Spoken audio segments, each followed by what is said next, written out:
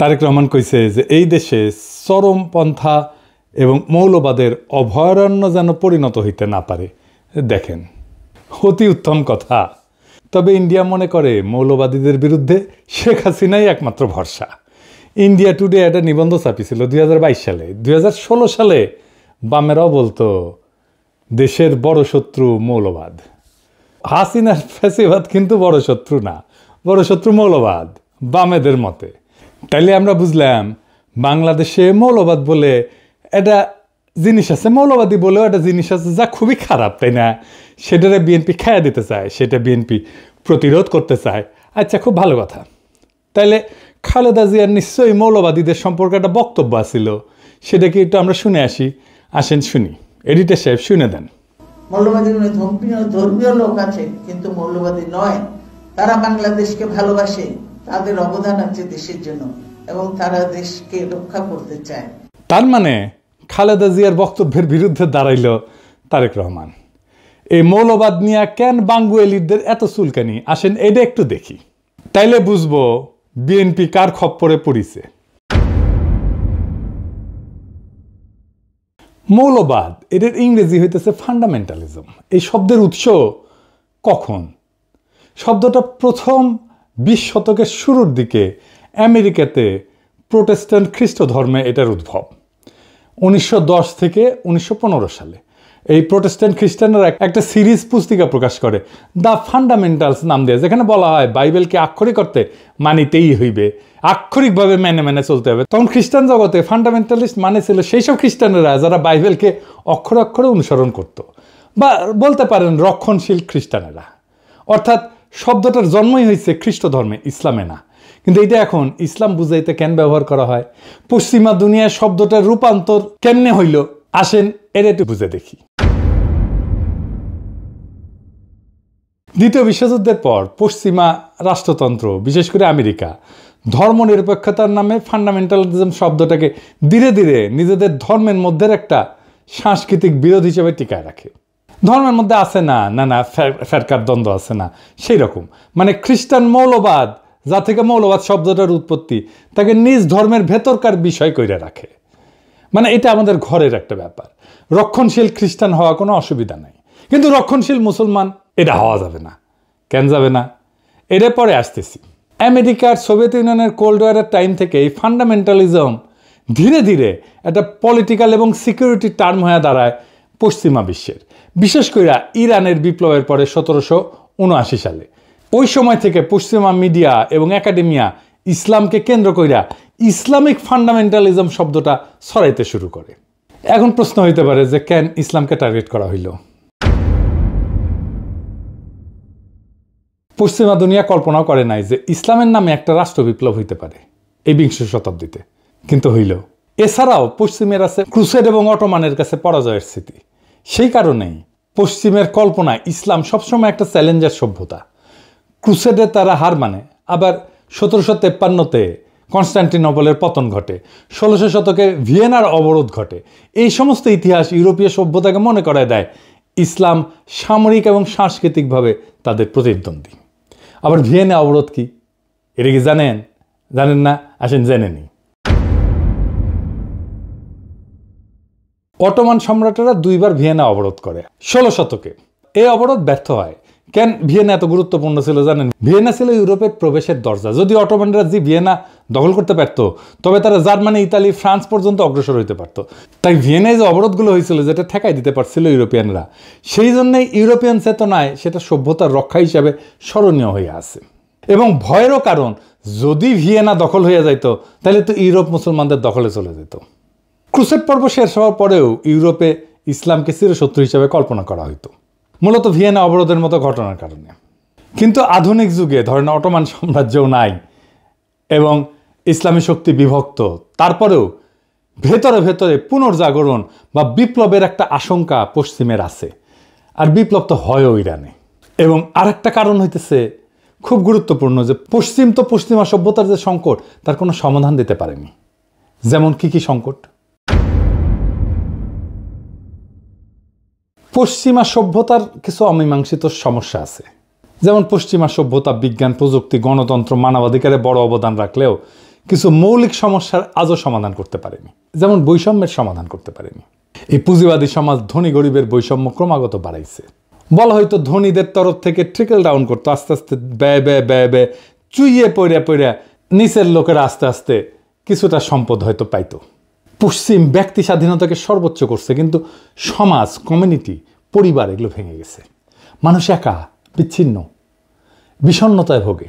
রাষ্ট্র, রাজনীতি, ধর্ম বা নৈতিকতা থেকে বিচ্ছিন্ন হয়ে গেছে। এর ফলে যুদ্ধ, এর ফলে উপনিবেশিকতা, এর ফলে পরিবেশ ধ্বংস, এবং সব কিছুকে বলা হয় প্রগতিশীলতা, প্রগতি, নেসেসিটি, এই বলে বৈধতা দেওয়া হয়। পশ্চিমা বিশ্বে যে ক্ষমতার দ্বন্দ্ব, এটাকে বলা হয়তো যে ব্যালেন্স অফ পাওয়ার যদি থাকে, অনেকগুলো শক্তির যদি শক্তিশালী যদি রাষ্ট্র থাকে, তাহলে একটা ব্যালেন্স অফ পাওয়ার হবে, এইটা স্থায়ী শান্তি নিশ্চিত করতে পারবে, কিন্তু করতে পারেনি। যুদ্ধ কোথাও থামাইতে পারেনি। 2টা বিশ্বযুদ্ধ হয়েছে, কোল্ড ওয়ার হয়েছে, আজকেও তো যুদ্ধ হইতেছে বিভিন্ন দেশে, তাই না? এখনো ইউক্রেনে যুদ্ধ হইতেছে, কয়েকদিন আগে ইসরায়েল ইরান যুদ্ধ হইল। আর প্রকৃতি, পরিবেশ, এটা ধ্বংস হয়ে গেছে।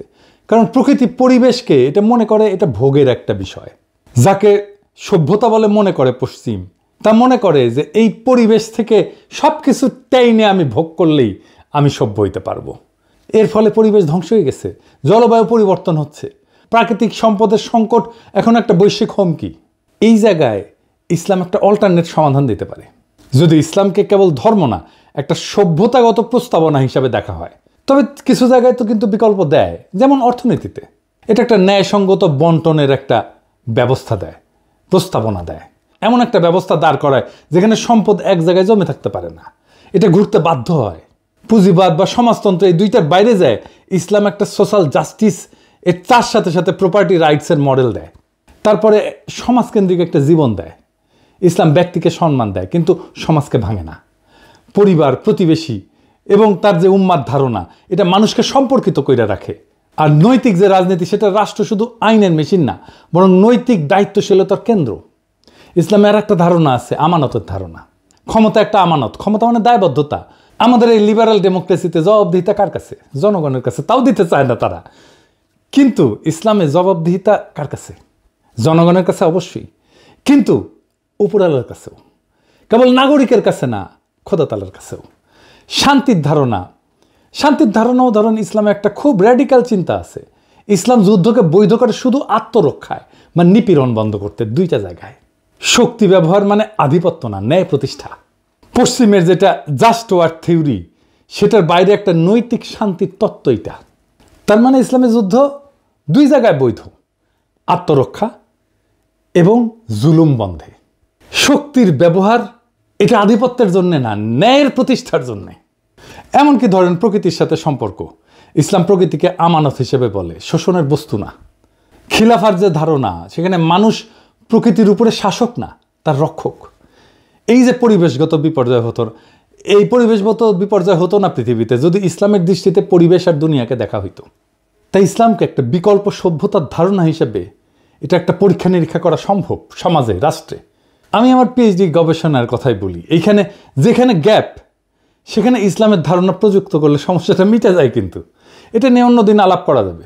তাই ইসলাম শুধু না, পুরা ফান্ডামেন্টালিজম, এই মৌলবাদ শব্দটা ইসলামের সাথে যুক্ত কইরা একটা ভয় তৈরি করা হয় পশ্চিমে।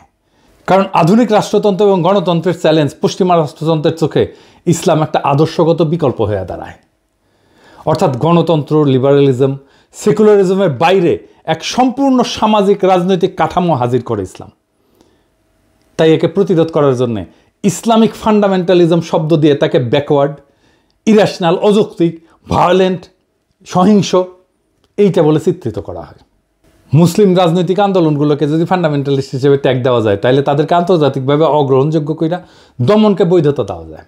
কিন্তু দেখেন, হিন্দু ধর্মে কোনো মৌলবাদ নাই, খ্রিস্ট ধর্মে মৌলবাদ নাই, হিন্দু ধর্মে মৌলবাদকে আলাদা করে দেখা হয়। কেন? খ্রিস্ট ধর্মে ফান্ডামেন্টালিজম এটা আভ্যন্তরীণ ধর্মতাত্ত্বিক এবং সাংস্কৃতিক দ্বন্দ্ব, এইটাকে যদি ডেমোনাইজ করা হয়, তাহলে পশ্চিমা জনসংখ্যার একটা বড় অংশ সরাসরি ক্ষুব্ধ হয়ে যাবে। তাই ওদের মিডিয়া এবং একাডেমিয়া খ্রিস্টান ফান্ডামেন্টালিজম শব্দটাকে সীমিত অর্থে ব্যবহার করে, সন্ত্রাস বা হুমকির সাথে যুক্ত করে না, কিন্তু ইসলামকে করে। ইসলামের ক্ষেত্রে তারা এইটাকে এক্সটার্নালাইজ করছে, বাইরের শত্রু, সভ্যতার চ্যালেঞ্জ, আধুনিক রাষ্ট্রের জন্য হুমকি, এইভাবে তারা হাজির করে। কার্ল শিমিট বলছিলেন যে রাজনীতির মৌল কেন্দ্র হইল ফ্রেন্ড ভার্সেস এনিমি, এই বিভাজন। পশ্চিমা রাষ্ট্রতন্ত্র ইসলামের ফান্ডামেন্টালিজম ধারণাটাকে ব্যবহার করছে এনিমি হিসেবে চিহ্নিত করার জন্য। ফুকো দেখাইছেন যে কিভাবে ক্ষমতা ডিসকোর্স তৈরি করে বা বয়ান তৈরি করে। ইসলামিক ফান্ডামেন্টালিজম একটা ডিসকোর্স বা বয়ান যা ইসলামকে সবসময় ইরেশনাল, ভায়োলেন্ট, প্রিমডার্ন এই হিসাবে উপস্থাপন করে। এডওয়ার্ড সাইদও বলছেন তার ওরিয়েন্টালিজমের ধারণায় যে পশ্চিমা সংস্কৃতি সবসময় পূবকে অন্য বা আদার বানায়, নিজের আধুনিকতাকে বৈধতা দেয়। এবং এই যে ওয়েস্টার্ন ডেমোক্রেসি, পশ্চিমা লিবারাল ডেমোক্রেসি নিজেকে একমাত্র বৈধ রাজনৈতিক রূপ হিসেবে দাঁড় করাইতে ইসলামিক ফান্ডামেন্টালিজমকে বিকল্প রাজনৈতিক কল্পনা হিসাবে সে ডেমোনাইজ করে। ফলে আন্তর্জাতিক আইন, সিকিউরিটি, নীতি, এমনকি গবেষণাতেও ইসলামী আন্দোলনকে প্রায় ফান্ডামেন্টালিস্ট থ্রেট হিসাবে বলা হয়। যদিও একই ধরনের ইহুদি বা খ্রিস্টান চরমপন্থাকে সেটা বলা হয় না, হিন্দু চরমপন্থাকে তো বলা হয়ই না। দেখতেছেন তো, যা যা একটা ইসলামী সমাজকে আলাদা মিনিং দিছে সেটাকে আক্রমণ করা হয়েছে পশ্চিম থেকে। নিজের কালচারকে, নিজের প্র্যাকটিসকে ঘৃণা করতে শেখানো হয়েছে। আফগানিস্তানে বোরখা পরা ছিল ফ্যাশন, এটা অভিজাততন্ত্রের প্রতীক। যেই নারী বোরখা পরবে তাকে ধরে না হয়তো সে ধনী এবং সে কোনো কাজ করবে না, সে অভিজাত, তার কাজ করার দরকার নাই, তাকে অন্যভাবে সম্মান করা হইতো। এইটাকে পশ্চিমানারা বানাইলো নারী নিপীড়নের আইকন। কি খোদা আমারে উঠায় নাও। বোরখা খুলে ফেলায় প্রগতিশীলতা। অটোমান হেরেমকে বলা হয় নির্বিচার যৌনতা, অথচ জানেন এইটা নারীর ক্ষমতায়নের একটা super duper model, very effective alternate model. একদিন আলাপ করবো এটা নিয়ে। নারীবাদীরা এখন থেকে লাফানো শুরু করবে, মূর্খসোদা নারীবাদী। বাংলাদেশে সব প্রগতিশীলের মূর্খসোদা, নারীবাদীরা আরও বেশি মূর্খসোদা। এদের সাথে আলাপ করবো আমি হেরেম নিয়ে। যাই হোক, বিএনপি পশ্চিমের বয়ান নিচ্ছে ইসলাম প্রসঙ্গে। তার রাজনৈতিক প্রতিপক্ষকে মোকাবেলা করার জন্য যদি আওয়ামী বয়ানের কান্দে চাপতে হয় বিএনপিকে, তাহলে তো বিএনপি আর একটা আওয়ামী শাসনই উপহার দেবে। পশ্চিমের ভয় একটা ফেয়ার ইলেকশনে ইসলামী দলগুলো যদি ক্ষমতায় চলে আসে, এই ভয় তারা মিশরে পাইছে, একই ভয় তারা গাজায় পাইছে। হামাস জিতছে, তারা স্বীকার করবে না, কিন্তু মোদিরা মাইনা নিবে। আজিব বাত। এইভাবে রাজনীতি চলে। জামাতের সাথে বিএনপি তো আসলে কোনো প্যারামিটারে জিততে পারবে না, না আভ্যন্তরীণ গণতান্ত্রিক চর্চায়, না কর্মীদের রাজনৈতিক মানে, না কর্মীদের সাহসে, না কর্মীদের সংখ্যায়। বিএনপি ছাত্রদল, ছাত্র শিবির যদি এখন রাস্তায় মারপিটেও নামে, ছাত্রদল হাইরা যাবে। এটা বাস্তবতা। না বিএনপি প্রতিষ্ঠান তৈরি করতে পারছে, না কর্মীদের নৈতিক রাজনৈতিক পড়াশোনা, শিক্ষা প্রতিষ্ঠানে সংগঠনের প্রভাব বাড়াইতে পারছে, কিছুই করতে পারেনি। বিএনপি জামাত বা ছাত্র শিবিরের সাথে তুলনায় কোনো ধারে কাছে যেতে পারবে না। এই জন্যই তারা বাইসা নিছে এমন একটা জায়গা যেখানে জামাত দুর্বল, সেটা মুক্তিযুদ্ধ। এই মুক্তিযুদ্ধের মাঠে এসে জামাতকে ঘায়াল করতে চায়। তাই তাদের মুখে মৌলবাদ, তাই তাদের মুখে জঙ্গিবাদ। সেই একই বয়ান আওয়ামী লীগের বয়ান, কারণ এটা সহজ। জামাতের রাজনীতিকে মোকাবেলা করার জন্য যে দক্ষতা থাকা দরকার, ইন্টেলেকচুয়াল ক্যাপাসিটি থাকা দরকার ছিল, সেটা তো বিএনপির নাই। তো বিএনপি নিছে সহজ পথ, মুক্তিযুদ্ধের কথা বলে কোণঠাসা করা। এই রাজনীতি জিতবে না, এই রাজনীতি জেতান না। এই রাজনীতি অবশ্যই বিএনপিকে পরাজয়ের রাস্তায় নেবে। এই রাজনীতি বিএনপিকে রাষ্ট্র ক্ষমতা আসতে দেবে না, লিখে রাখতে পারেন। এইটাই বিএনপির রাজনৈতিক পরাজয়ের কারণ হবে। পশ্চিমা শক্তি আমাদেরকে কোনো সাহায্য করেনি হাসিনা বিরোধী লড়াইয়ে, আমাদের কোনো ধরনের কূটনৈতিক সাহায্য করেনি। হাসিনার শাসনকে সর্বতভাবে সাহায্য করে গেছে, সাপোর্ট করে গেছে পশ্চিমা শক্তি।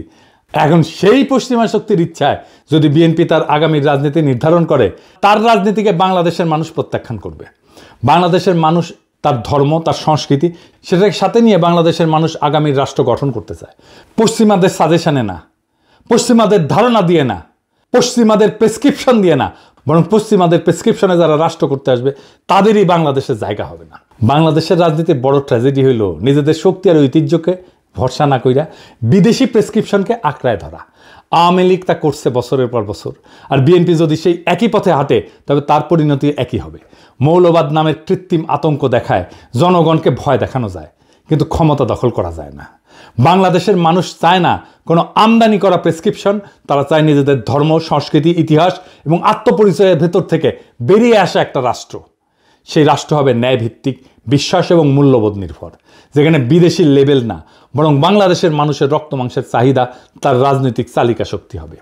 তাই আজ যদি বিএনপি আওয়ামী লীগের সহজ পথ অনুসরণ না কইরা বরং নিজের কণ্ঠে, নিজের বয়ান, নিজের আত্মপরিচয়কে রাজনৈতিক ভিত্তি করে তোলে, তবে এই জাতি তার পক্ষেই আবার জায়গা উঠবে।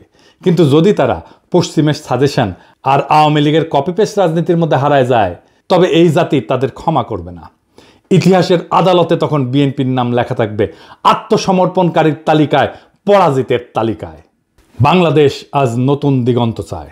আওয়ামী বা পশ্চিমা কণ্ঠস্বর না, বরং নিজের সত্যিকারের কণ্ঠস্বর যে দল সেটা শোনাবে, সেই দলই আগামীর বাংলাদেশ করবে, এইটা লিখে রাখতে পারেন, এটা নিশ্চিত। সেটাই ছিল 2024-এর বর্ষা বিপ্লবের অঙ্গীকার। বাংলাদেশ সেই পথেই হাঁটবে। ইনকিলাব জিন্দাবাদ।